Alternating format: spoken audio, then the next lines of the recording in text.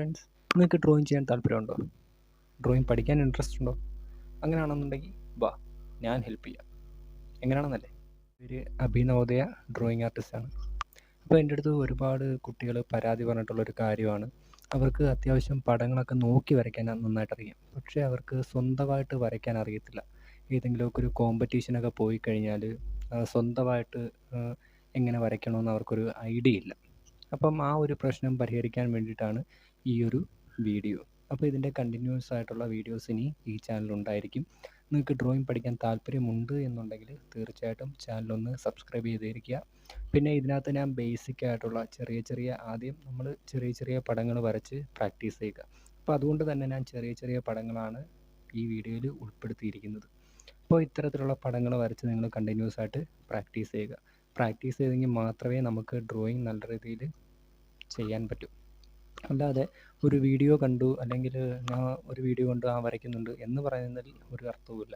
നമ്മൾ എത്രത്തോളം പ്രാക്ടീസ് ചെയ്യുന്നു അത്രത്തോളം റിസൾട്ടായിരിക്കും നമുക്ക് കിട്ടുക.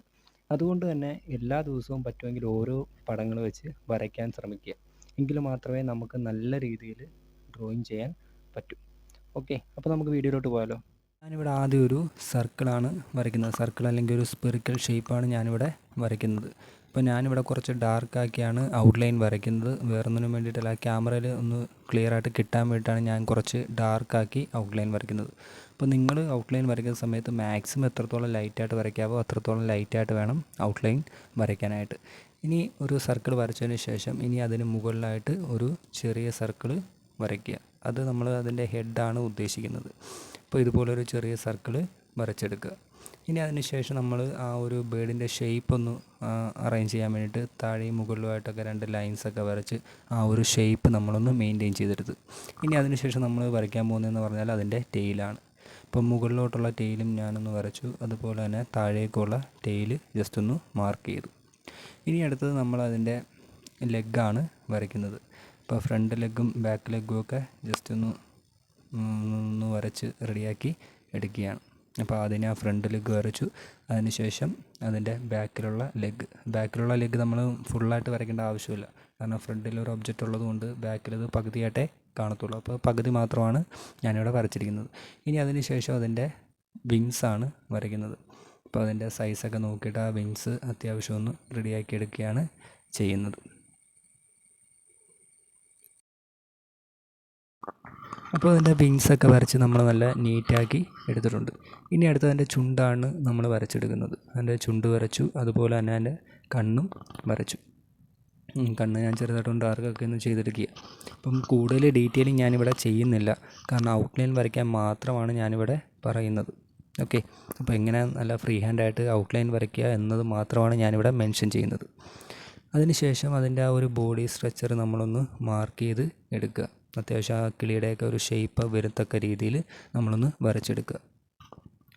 ഇനി അടുത്തത് നമ്മൾ ഈ ഔട്ട്ലൈനൊക്കെ ഇട്ടതിന് ശേഷം ആവശ്യമില്ലാത്ത ലൈൻസ് എല്ലാം റിമൂവ് ചെയ്യുക. അപ്പോൾ ഞാൻ ഓൾറെഡി തുടക്കത്തിൽ പറഞ്ഞിട്ടുണ്ടായിരുന്നു, നമ്മൾ ഈ ഔട്ട്ലൈൻ വരയ്ക്കുന്ന സമയത്ത് മാക്സിമം ലൈറ്റായിട്ട് വേണം ഔട്ട്ലൈൻ വരയ്ക്കാനെന്ന്. അതിൻ്റെ റീസൺ എന്ന് പറയുന്നത് ഇതാണ്. നമ്മൾ ഒരുപാട് ഡാർക്കാക്കിയാണ് ഔട്ട്ലൈൻ വരയ്ക്കുന്നതെന്നുണ്ടെങ്കിൽ നമുക്കിതുപോലെ റിമൂവ് ചെയ്യാൻ നല്ല ബുദ്ധിമുട്ടായിരിക്കും. പിന്നെ അത് മാത്രമല്ല, ഷെയ്ഡിങ് ചെയ്യുന്ന സമയത്ത് ഈ ഡാർക്കായിട്ട് വരച്ച ആ ലൈൻസൊക്കെ എടുത്ത് കാണിക്കും. ഷെയ്ഡിങ് ചെയ്യുമ്പോൾ തെളിഞ്ഞ് വരും. അപ്പോൾ അത് ഒഴിവാക്കാൻ വേണ്ടിയിട്ടാണ് നമ്മൾ മാക്സിമം ഔട്ട്ലൈൻ വളരെ ലൈറ്റായിട്ട് ഇടുന്നത്. അപ്പോൾ ഇവിടെ ഞാൻ ഷെയ്ഡിങ്ങോ കാര്യങ്ങളൊന്നും തന്നെ ചെയ്യുന്നില്ല. എങ്ങനെയാണ് ഒരു ബേഡിനെ ഫ്രീ ഹാൻഡായിട്ട് ഔട്ട്ലൈൻ ഇടുന്നതെന്ന് മാത്രമാണ് ഇവിടെ മെൻഷൻ ചെയ്തിരിക്കുന്നത്. ഓക്കെ, അപ്പോൾ ഇത് ബിഗിനേഴ്സിന് വേണ്ടിയിട്ട് മാത്രമുള്ള ഒരു വീഡിയോ ആണ്. അപ്പോൾ നിങ്ങൾ ഈ വീഡിയോ കണ്ട് കണ്ടിന്യൂസ് ആയിട്ട് വരച്ച് പ്രാക്ടീസ് ചെയ്യുക. നിങ്ങൾക്ക് ഡ്രോയിങ് പഠിക്കണമെന്നുണ്ടെങ്കിൽ തീർച്ചയായിട്ടും നിങ്ങൾ പ്രാക്ടീസ് ചെയ്തെങ്കിൽ മാത്രമേ നല്ല രീതിയിൽ നിങ്ങൾക്ക് ഡ്രോയിങ് വരയ്ക്കാൻ പറ്റൂ. ഇപ്പോൾ ഞാനിവിടെ ഒന്നും കൂടെ ഒന്ന് പറഞ്ഞു തരാം. ആദ്യം നമ്മൾ ഒരു സർക്കിൾ വരയ്ക്കുക, അല്ലെങ്കിൽ ഒരു സ്പെറിക്കൽ ഷേപ്പ് വരയ്ക്കുക. അതിനുശേഷം അതിന് മുകളിലായിട്ട് ചെറിയൊരു സർക്കിൾ വരച്ച് മാർക്ക് ചെയ്യുക. ആ സർക്കിളാണ് നമ്മളതിൻ്റെ ഹെഡായിട്ട് വരയ്ക്കുന്നത്. അതിനുശേഷം അതിൻ്റെ ബോഡി സ്ട്രക്ചർ ഒന്ന് കിട്ടാൻ വേണ്ടിയിട്ട് 2-3 ലൈൻസ് വരച്ച് ആ ഒരു സ്ട്രക്ചർ ഒന്ന് റെഡിയാക്കി എടുത്തു. അതിനുശേഷം അതിൻ്റെ 2 ടെയിലും വരച്ചു. അതിനുശേഷം അതിൻ്റെ ലെഗ് വരയ്ക്കുക. പിന്നീട് അതിൻ്റെ സെൻറ്ററിലായിട്ട് നമ്മൾ അതിൻ്റെ വിങ്സും വരച്ചു കൊടുക്കുക. പിന്നീട് ചുണ്ട് വരയ്ക്കുക, കണ്ണ് വരയ്ക്കുക. എന്നിട്ട് ഏറ്റവും അവസാനം അതിൻ്റെ ആ ഒരു ബോഡി സ്ട്രക്ചർ വരച്ചെടുക്കുക.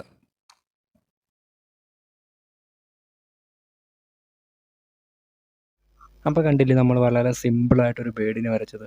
അപ്പോൾ ഇത്രയേ ഉള്ളൂ. നമുക്ക് ഡ്രോയിങ്ങിൻ്റെ ബേസിക് ആയിട്ടുള്ള കുറച്ച് സ്റ്റെപ്പും കാര്യങ്ങളൊക്കെ അറിയാമെന്നുണ്ടെങ്കിൽ ഇത്തരത്തിൽ ഫ്രീ ഹാൻഡായിട്ട് വളരെ സിമ്പിളായിട്ട് നമുക്ക് ഡ്രോയിങ് ചെയ്തെടുക്കാൻ പറ്റും.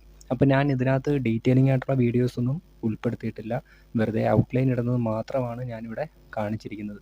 അപ്പം ഡീറ്റെയിൽ ആയിട്ടുള്ള വീഡിയോസ് വേണമെന്നുണ്ടെങ്കിൽ തീർച്ചയായിട്ടും നിങ്ങൾ കമൻറ്റ് ചെയ്തിരുന്നാൽ മതി. ഞാൻ അതനുസരിച്ചുള്ള വീഡിയോസ് ചെയ്യാം. പിന്നെ നിങ്ങൾക്ക് ഈ വീഡിയോ ഇഷ്ടപ്പെട്ടു എന്നുണ്ടെങ്കിൽ, വീഡിയോ ഉപകാരപ്പെട്ടു എന്നുണ്ടെങ്കിൽ തീർച്ചയായിട്ടും ചാനലൊന്ന് ലൈക്ക് ചെയ്യുക. അതുപോലെ തന്നെ ഡ്രോയിങ് പഠിക്കാൻ ഇൻട്രസ്റ്റ് ഉണ്ടെങ്കിൽ ചാനലൊന്ന് സബ്സ്ക്രൈബ് ചെയ്യുക, ബെല്ലൈക്കൺ ഒന്ന് അനേബിൾ ചെയ്തിരിക്കുക. ഓക്കെ, അപ്പോൾ നിങ്ങൾ കമൻറ്റ് ചെയ്യുക നിങ്ങൾക്ക് എത്തരത്തിലുള്ള വീഡിയോസ് വേണമെന്നുള്ളത് കമൻറ്റ് ചെയ്തിരുന്നാൽ മതി. അതനുസരിച്ചുള്ള ഡ്രോയിങ് ട്യൂട്ടോറിയൽസ് നമുക്ക് ചെയ്യാം. Okay, thank you.